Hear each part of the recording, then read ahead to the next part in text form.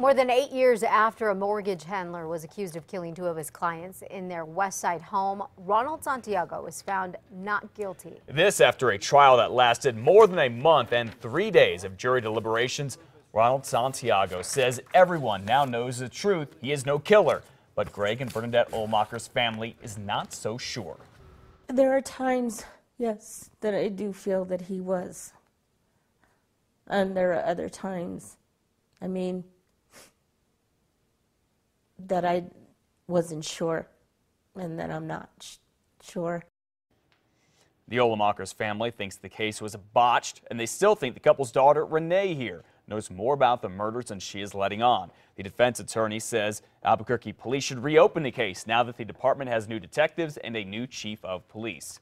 Now, for more coverage of this trial and background of the case, this is a very interesting one. Head to our website, KRQE.com.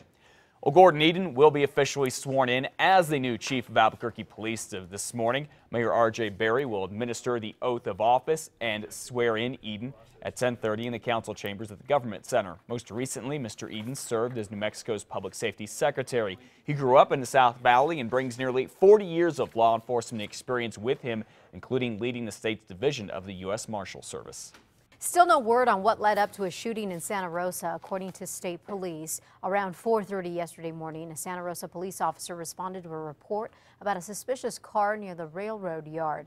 That officer ended up in a chase with 20-year-old Kenny Silvers of Oklahoma. Shots were fired. The 20-year-old was hit and airlifted to UNM Hospital in Albuquerque. The officer was not injured. Police are warning people about a rash of robberies targeting the elderly in Albuquerque. APD says a woman has been knocking on people's door, claiming her car is broken down. Cops say this is just a ploy to get inside of the house to use the victim's phone. Well, once this woman is inside, officers say that she manages to steal the homeowner's purse or wallet. And in one incident, the suspect actually pushed down an elderly man. It happened to at least 8 people in the last month. Police believe there are more victims out there. There are enough bar, liquor store, and restaurant tabs to warrant a criminal investigation into thousands spent by a UNM law student group last school year. That's the finding of an internal audit from the university that's been going on for months now. It uncovered there is enough evidence to turn the case over to the state auditor about a possible misuse of funds. According to the Albuquerque Journal, at least one officer of the Student Bar Association tapped an unauthorized off-campus bank account for thousands. We'll keep you posted as this story unfolds. Coming up on 504, parents, if you have students in APS and you're thinking about transferring them to a different school within the district, now is the time to go ahead and do it. And you know, this year APS is hoping to get more students transferred into their magnet schools rather than to charter schools outside the district. News 13's Samantha McDonald is live in the Newsplex with details. Good morning, Sam. Good morning, Matt and Elizabeth. APS officials say they hope a number of special programs offered at the APS Magnet Schools draws kids there. All we have is a 9-volt battery. We've got a little motor inside with a fan. Ryan O'Brien is a transfer student. He left Manzano High School for a magnet school. It was a small environment, and I like small environments. But he's part of a shrinking group of kids who transfer within the district. During the past 3 years, more and more kids are leaving APS. Yep, perfect. In the 2012 to 2013 school year, APS lost 700 kids. That cost them about $4 million, on average $6,000 per student.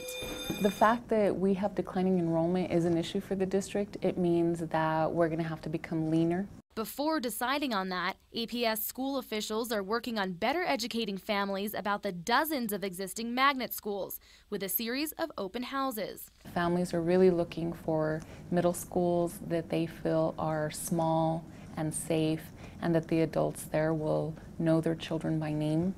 And it's sometimes the perception is that our larger comprehensive middle schools may not be that kind of place. And again, that's perception. The magnet schools offer some similar programs to those in charter schools, such as taking college-level classes in high school. What if we do something like that? O'Brien is in that program. Thank you, guys. It's called College and Career High School. He goes to class at Central New Mexico Community College. It's the only high school in the city that is housed full-time on a college campus. I could take as many college classes as I wanted to on main campus and not have to go back and forth to high school. He will be able to get his EMT certificate through that special program, something he's excited about. Oh, ecstatic. If you get your applications in for transfer by March 15th, you'll be part of the first round drawing. Back to you. Very good to know. Thank you so much, Sam. You can learn more about the schools and their open houses online. All you have to do is go to our website, krqe.com, and click on KRQE links.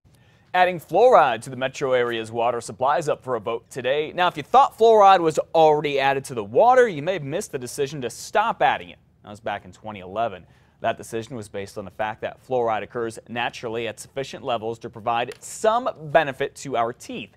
But there's a delay in the final fluoride level recommendations from the Centers for Disease Control. So the Water Authority Governing Board will vote on resuming the fluoridation today at 3 o'clock at the government.